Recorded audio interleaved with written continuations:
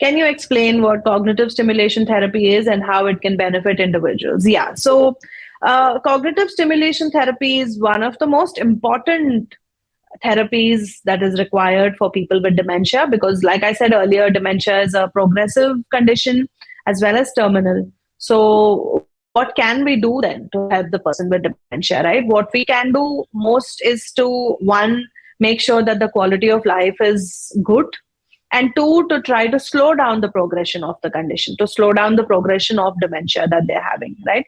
So what does this mean? That, instead of a person being around for 4 years or 6 years with a lot of negative symptoms such as being aggressive, not being able to sleep, not being able to eat, or very depressed, or any of these, it would be better if they're around with us for a longer time, 8 to 10 years, which is what happens when you slow the progression of the disease. They can be around for longer and also have a better quality of life. So they're living more cheerfully, more happily, despite the condition that they have, right? So, what is cognitive stimulation therapy? Essentially, it is making or constructing a whole bunch of activities which will help in stimulating the person's brain or cognition.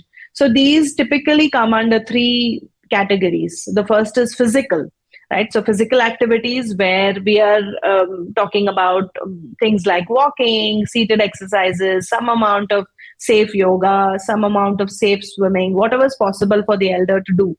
Right. So we make sure that they're getting enough physical activity, they're moving around, they're getting enough of blood circulation, their arms and legs are getting exercised every day.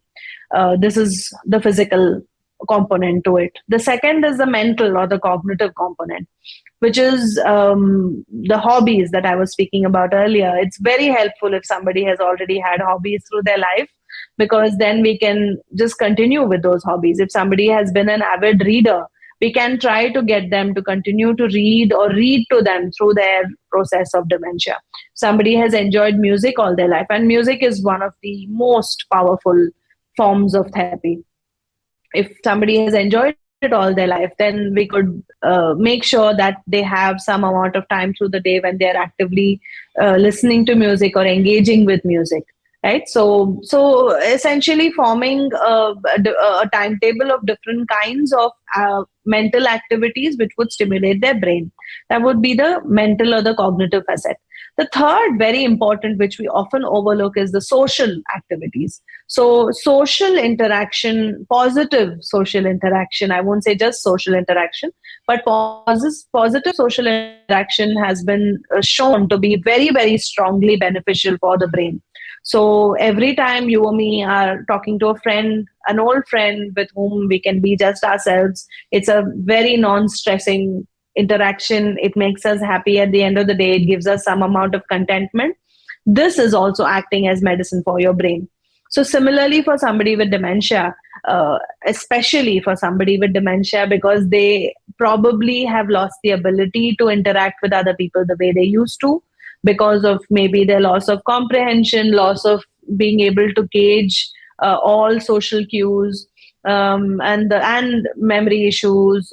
Because of all of this, their social interactions start to become very, very kind of one is less in number, and also the quality of the social interaction is reduced. So bringing in positive social interaction into their life in the form of the psychologist itself. Like I have clients whom I've been visiting 2 or 3 times a week for about, say, 2 or 3 hours each time for the last 5 or 6 years. So I have literally seen them, started working with them when they were in their mild to moderate stage of Alzheimer's and other kinds of dementia. And I have been visiting them every week 2 or 3 times, working with them for 2 or 3 hours on different kinds of activities. And in itself, that is a positive social interaction, because we are laughing, we are singing, we are talking about stuff which they can still relate to.